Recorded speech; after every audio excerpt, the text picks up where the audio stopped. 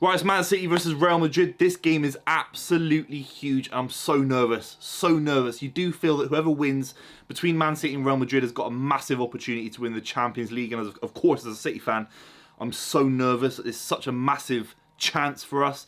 If you're new to the channel, make sure you subscribe. I will be reacting to the game straight after, and I will be covering AC Inter Milan tonight as well.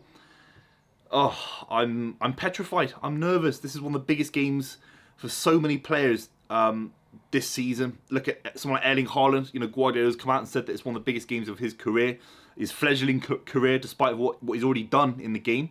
And it's absolutely huge. These are the moments where the De Bruynes of the world, the Haalands of the world, the Ruben Diaz's of the world have to step up and perform. And I have no doubt about that. They were absolutely amazing at the Bernabeu.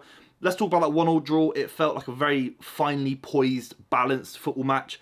A game of incredible quality. I think it was one of the highest standards of football I've seen in a very long time.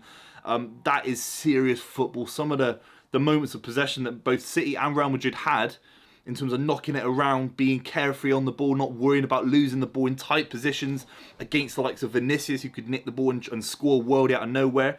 Modric popping it around, Camavinga. And then, of course, De Bruyne pops up and scores an unbelievable goal to get us back in the game. Oh, it was huge. A 1-0 loss would have made us so nervous. It would have affected the Everton result. I think actually keeping it professional, keeping it relatively straightforward, keeping it balanced at the Bernabeu has actually given us a massive platform for the remainder of the season. It means going into that Everton game, we were confident, we were quietly confident, we could rotate a few players, and actually think that at the Etihad we've got a massive opportunity. We've got a very, very, very good record at the Etihad in European competition. I think it's a record that's about 4 or 5 years old in terms of being unbeaten, I believe. It's very, very good, very, very strong. Maybe in just knockout competition, I'm not entirely sure, but it's a very strong home record we've got in Europe. And you will think that some of those squad rotations we were able to do against Everton, Jack Grealish, De Bruyne, Bernardo Silva, of course John Stones, massive players that all got completely rested. I know Jack Grealish came on for a little bit. That is important. But Real Madrid actually look at, in Spain, the context of their season is actually quite similar to City in some ways. They're not going to win the league, but it's already been decided. Of course, Barcelona were celebrating at Espanyol, which obviously didn't end quite well. So that's kind of been wrapped up. They're not fighting for anything. All the remainder of the season in Spain is over. Domestically, they've already won the Copa del Rey, so they can focus on the Champions League. And you do feel that after Arsenal's capitulation against Brighton, that City will look at all the Premier League games with a little bit more rotation going into the Champions League final, if we're lucky enough to do so. We've already rotated 4 players for the Everton game. We got a positive result. A 3-0 win away from home is so impressive at this stage of the season. But after this, if we were to beat Real Madrid, you could see so many wholesale changes going into those Brighton games, Chelsea games, and of course Brentford away on the final day of the season. Then the FA Cup final, then the Champions League final. It's worked out nicely if City are able to perform to the highest level that we can in this game. I'm very keen to see what you think in the comments down below. Give me your score predictions and obviously subscribe if you're new to the channel.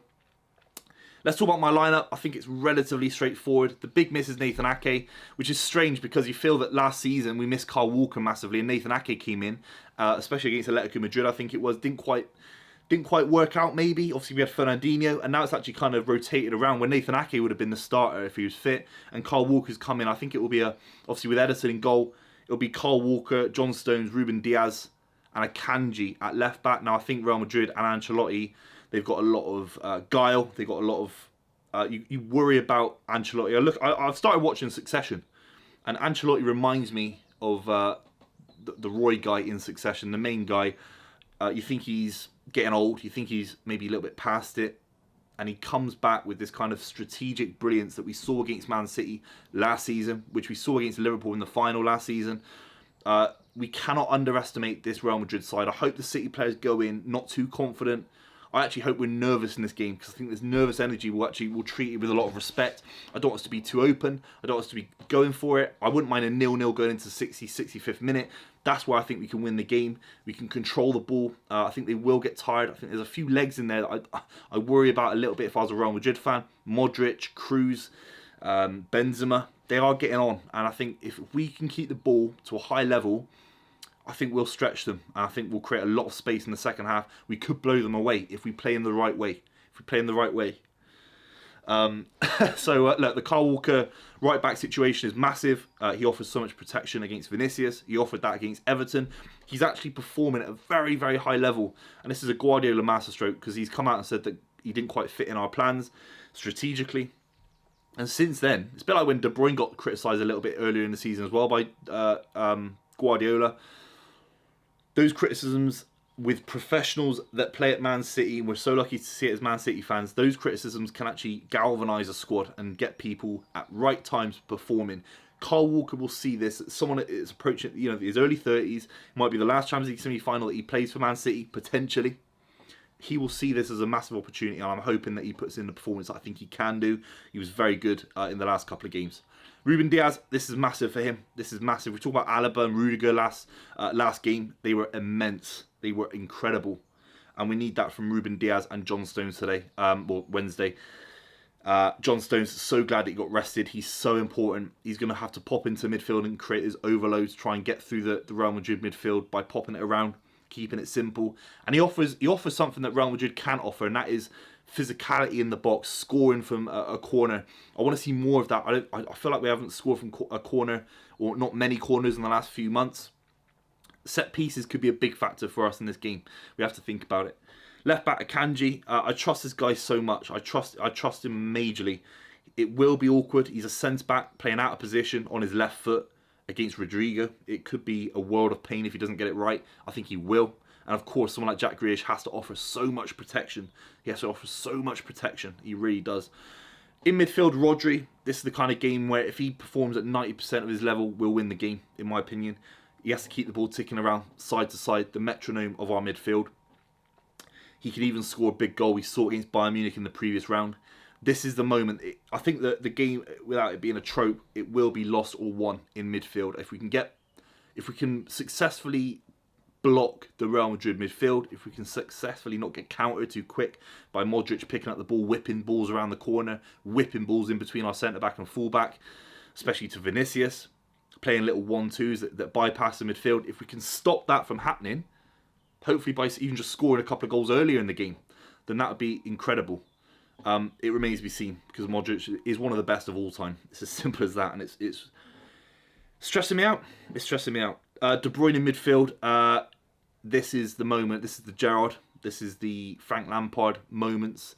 Obviously both scored big goals against, the Barcelonas of the world, the AC Milans of the world. We need a Gerrard-esque performance for Man City today. On Wednesday, he scored that massive goal at the Bernabeu. He scored penalties already at the Bernabeu in his career. He scored a lot of knockout football goals for us. He's very, very important. Build around him, and play through him. And the great thing is, if he gets double marked, if Tchouaméni comes into starting 11 for Real Madrid, we have got so much talent that İlkay Gündoğan's in such good form. He will play alongside him. İlkay Gündoğan scored 2 unbelievable goals against Everton. It's unbelievable how good they were. He could pop up with an important goal. And we've got the experience. I like the fact that Rodri's obviously a bit younger, but Gündoğan, De Bruyne, these are guys at the back end of their 20s, early 30s. Experience in the spine. It's really important. It's really important, especially against the nous of Modric and Benzema. Up front, Jack Grealish starts all day long.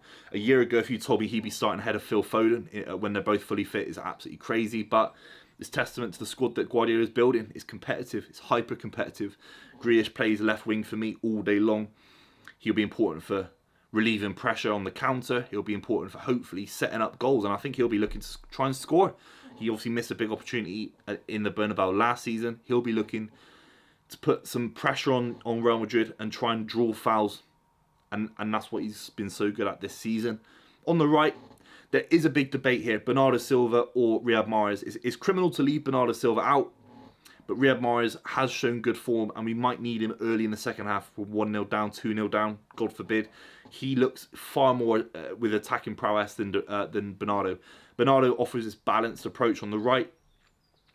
He can obviously crop up with big goals. But it isn't enough. It isn't consistent enough. I think Riyad Mahrez has got a big role to play in this game if we need a goal, which obviously we do to get through the game as it stands. And down the middle, Erling Haaland, surely the biggest game of his career. He scored over 50 goals for City. He scored hundreds of goals in his career already at the top level in European football. But that's how young he is. This is his biggest game in his life. I'm hoping that he gets the opportunities that he didn't quite get at the Bernabeu. I hope he gets fed in the right way. Ball's coming into the box. I hope he can use his physicality. Militao's back for Real Madrid. Alaba will be playing at left back, which is a lot harder now for Bernardo Silva or Riyad Mahrez. Nervous times. I think we'll beat them 2-1. Let me know what you think in the comments down below. But this is a massive, massive game for City. If you're new to the channel, make sure you subscribe. I will be reacting to the game. I will see you on the other side.